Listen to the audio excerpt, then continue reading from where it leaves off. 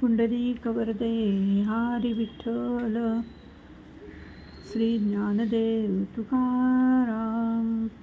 रामकृष्ण हरी. नमस्कार. माझ्या यूट्यूब चॅनलमध्ये आपल्या सगळ्यांचं खूप खूप स्वागत आहे. आज आपण उपासाचं महत्त्व जाणून घेणार आहोत. जसजसा आषाढ महिना जवळ येऊ लागतो तसतसं वारीचे वेध लागू लागतात. दिंड्या पताका खांद्यावर घेऊन दरवर्षी नव्या उत्साहाने नवीन वारकरी वारीमध्ये सहभागी होऊ लागतात. पूर्ण महाराष्ट्रातून संतांच्या पालख्या घेऊन विठोबाच्या भेटीसाठी वारकरी आषाढ वारीसाठी पंढरपूरच्या दिशेने पायी चालू लागतात. अतिशय उत्साह चैतन्य त्यांच्यामध्ये भरलेलं दिसून येतं. आणि इथूनच पुढे म्हणजेच आषाढी एकादशीपासून चातुर्मासाची सुरुवात होते. व्रत वैकल्य उपवास यांची सुरुवात होते. अनेक सणवार या काळामध्ये आपल्याला दिसून येतात. आणि या सगळ्या धार्मिक गोष्टींना प्रथा परंपरांना शास्त्र आणि विज्ञान कसं जोडलेलं आहे हे आपण आज बघणार आहोत. प्रथम एकादशीचा उपवास का करायचा ते पाहूया. विठ्ठल दर्शन हा हेतू आहेच, नामसाधना हाही हेतू आहे, पण त्यामागचं शास्त्रीय कारण काय आहे हे जाणून घेऊया. आपल्या सगळ्यांना बहुतेक करून माहिती आहे की चंद्र हा मनाचा कारक ग्रह आहे आणि मनाचे चढउतार हे त्याच्यावर अवलंबून असतात. संस्कृतमध्ये एकादशी म्हणजे एक, दशी म्हणजे 10 आणि म्हणजेच 11. पौर्णिमा आणि अमावस्या याच्या आधी 3 दिवस येणारी तिथी. चंद्राचा सृष्टीतील जलतत्वावर परिणाम होतो, जसं की भरती आणि ओहोटी. आपल्या सगळ्यांनाच माहिती आहे की आपल्या शरीरात पाण्याची पातळी ही जशी बाहेर पृथ्वीवर आहे तशीच आपल्या शरीरात आहे, 70 ते 75%. यामुळे आपल्या शरीरावरही याचा प्रभाव पडतो. कारण सृष्टी ही पंचमहाभूतांनी जशी बनलेली आहे तसाच आपला देहही म्हणजे आपलं शरीरही पंचमहाभूताने बनलेलं आहे. त्यामुळे आपल्या शरीरावरही त्याचा चंद्राचा प्रभाव पडतो, तसाच मनावरही पडतो. चंद्र हा मनाचा कारक ग्रह आहे. पौर्णिमा आणि अमावस्येच्या वेळी आपल्या शरीरात विषारी पदार्थ एकत्र होतात. पोट रिकामं ठेवल्यास हे विषारी पदार्थ आणि शरीरात साठलेले न पचलेलं सर्व अन्न हे शुद्ध होण्यासाठी मदत होते. म्हणून एकादशीला उपवास करावा असं आपल्या पूर्वजांनी सांगितलं आहे.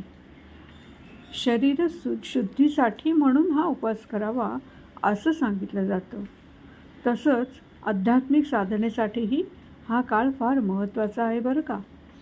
जे मनाला शांती देते. शरीर शुद्ध तर मन शुद्ध, हो की नाही.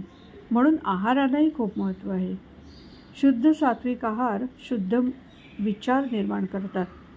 हेच जर तामसी आहार घेतला तर क्रोध वाढतो आणि परिणामी त्याचा शरीरावरही परिणाम होतो. पचनशक्तीवर परिणाम होतो. पचन व्यवस्थित होत नाही आणि सगळंच बिघडतं. अनेक आजारांना आपण नकळत आमंत्रण देतो. परंतु एकादशीच्या व्रताने मनावर संयम येतो, मन शांत होतं. दुसरं म्हणजे अखंड विठ्ठल नामाचा गजर करत राहिल्यामुळे शरीरही शुद्ध होतं. विठ्ठल या शब्दामधील ठ ह्याच्यावर भर देऊन जेव्हा आपण तो उच्चारला जातो तेव्हा पोटात साठलेल्या वायूचा निचरा होतो. हृदयावरचा दाब कमी होण्यास मदत होते. आणि हे तर आता विज्ञानानेही सिद्ध केलं आहे. म्हणजेच आपल्या पूर्वजांनी घालून दिलेल्या परंपरांना धर्माची जोड कशी आहे हे आपल्याला दिसून येतं. प्रत्येक परंपरेमागे विज्ञानाचं एक शास्त्र दडलेलं आहे. शरीर निरोगी राहण्यासाठी लंघन हा प्रकार आयुर्वेद निसर्गोपचार यामध्ये सांगितलंच आहे. पोटाला 1 दिवस पूर्ण आराम दिल्यामुळे पोटाची चयापचय क्रिया म्हणजे पचनशक्ती ही पुन्हा सुरळीत सुरू होते. सतत काही ना काही खात राहिल्यामुळे पोटावरचा आलेला ताण भार दाब कमी होण्यासाठी म्हणून उपवास आवश्यक आहे. पण आपण काय म्हणतो की उपवासाने पित्त वाढतं म्हणून आम्ही उपवासच करत नाही. पण सत्य हे आहे की या दिवशी पित्त का वाढतं बरं. तुमच्या पोटामध्ये आधीच अनेक न पचलेलं अन्न साठलेलं आहे. त्यात तुम्ही भर म्हणजे ह्या दिवशी एकादशी आणि दुप्पट काशी म्हणजे अति आहार घेता. ज्या अति आहारामुळे आपलं पित्त वाढतं. कारण पोटामध्ये खूप घाण साठलेली आहे आणि तिचा निचरा जर झाला नाही तर काय होणार? हो की नाही? म्हणून आहारालाही खूप महत्त्व आहे. या दिवशी शक्यतोवर जेवढं रसाहार करता येईल तेवढा करावा. आपल्याला हे माहिती आहे अति आहारामुळे पित्त वाढतं. हो की नाही? मग या दिवशी फक्त लिंबाचं गूळ घालून घेतलेलं सरबत आपण जर सेवन केलं तर त्रास होणार नाही. खूप ऊर्जा मिळेल. तुम्ही आवळ्याचं सरबत घेऊ शकता. थोडक्यात तुम्ही रसाहार केलेला केव्हाही चांगला.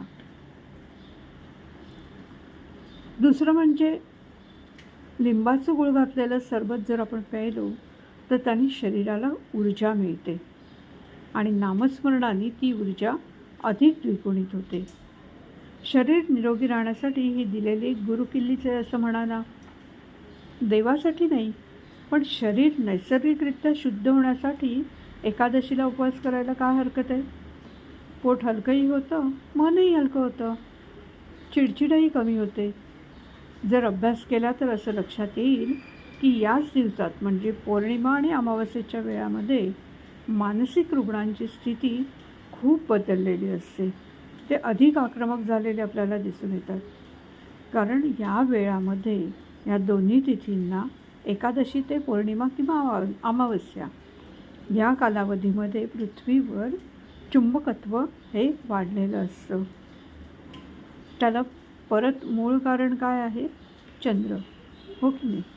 म्हणून नामस्मरण आणि ध्यानधारणा ह्या गोष्टी सांगितल्या आहेत. रामकृष्ण हरी म्हणजे हृदयात वास करणारा परमेश्वर आणि त्याच्या नामस्मरणाने प्रसन्न तो होतो. हे तर सगळ्यांनाच माहिती आहे. हो की नाही? मनावरचा ताण कमी झाल्यामुळे आपोआपच मन शांत होतं. म्हणून नित्य म्हणावे रामकृष्ण, नित्य म्हणावे रामकृष्ण हरी, वाचावी ज्ञानेश्वरी, चित्त ठेवावे चरणी माऊलीच्या. जय हरी विठ्ठल. नमस्कार. मग आता ह्या आषाढी एकादशीला करून बघाल ना.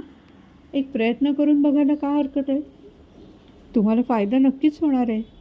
कारण आज आपण बघतोय की अनेक जण हे ताणतणावाखाली जगत आहेत आणि अनेक जणांना पोटाचे अनेक विकारही आहेत.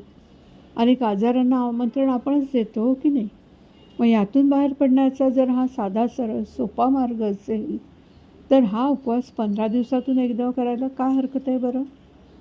बघा, करून बघा आणि आपल्या प्रतिक्रिया मला नक्की कळवा. नमस्कार.